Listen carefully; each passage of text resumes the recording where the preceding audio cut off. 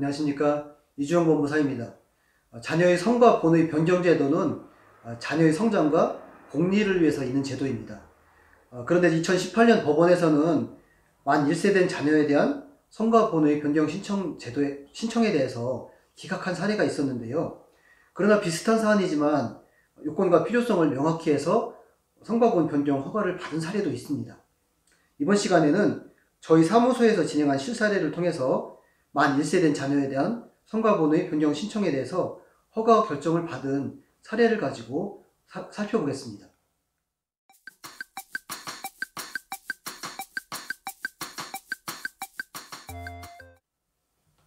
타법원에서 기각된 사례를 우선 살펴보면요.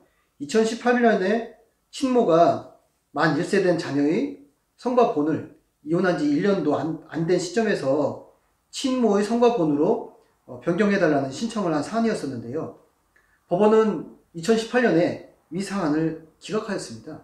그 입장을 살펴보면 사건 본인이 아직 만 1세에 불과하고 성과본에 대해서 그 의사를 결정할 능력이 부족하다.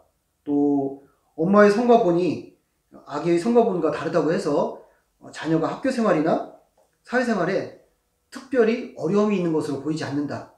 또 청구인이 이혼한 지 불과 1년도 채 안 된 시점에서 이 사건을 청구한 점, 또 청구인이 나이에 비추어서 재혼의 가능성이 없다라고 할 수 없는 점에 비추어서 사건 본인의 성과본을 변경하는 것에 대해서 신중하게 판단할 필요가 있고, 또 성급하게 이를 변경하는 것은 아기의 복리를 위해서 바람직하지 않다라고 봐서 이러한 이유를 들어서 기각하게 됐습니다.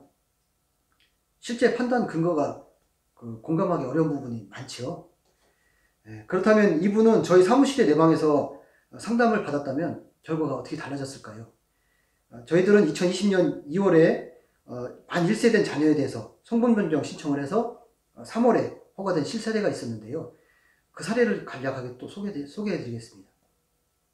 만 1세 된 자녀가 있었는데 성격 차이로 2020년 2월에 협의 이혼을 하고 또 친권과 양육권을 갖게 된 모친이 자녀의 성과본을 청구인인 모의 성과본으로 변경하기를 희망했습니다. 법원에서 성과본의 변경을 하는데 중점적으로 보는 요소는 무엇일까요? 첫 번째로 부와 자녀, 또 모와 자녀 사이의 관계에 보호할 필요성이 있는지, 또 두 번째로 자녀의 가족 구성원들의 정체성, 세 번째로 자녀의 의사, 네 번째로 자녀의 나이와 성숙도, 또 다섯 번째로 가족 상황의 성질, 나아가서 여섯 번째로 성본 변경의 신청 동기, 이런 다양한 요소들을 종합적으로 고려해서 판단하고 있습니다. 따라서 저희 사무소에서는 이러한 요소들을 바탕으로 해서 사건 본인의 성장과 이혼하기 전에 부친과의 관계, 또 부친이 아버지로서의 역할을 하지 못한 점, 또 양육과 생활비를 전혀 주지 않는 점, 이혼하는 과정에서 자녀에 대한 면접 교섭권이 전혀 이루어지지 않은 점, 또 이혼한 지 불과 1개월밖에 되진 않았지만 엄마의 성과본으로의 변경 필요하다는 내용, 이런 내용들을 상세하게 적어서 그 이유를 밝혔습니다. 이에 법원에서는 성본 변경 허가 필요성을 인정을 해서 1개월 만에 허가 결정을 해준 사례였습니다. 사건 본인은 만 1세지만 자녀의 복리를 위해서 사건 본인의 성과본이 변경이 필요하다고 하면 그 설명을 어떻게 하느냐에 따라서 허가 결정이 판단이 됩니다.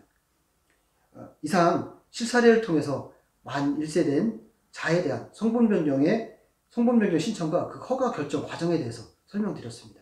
감사합니다.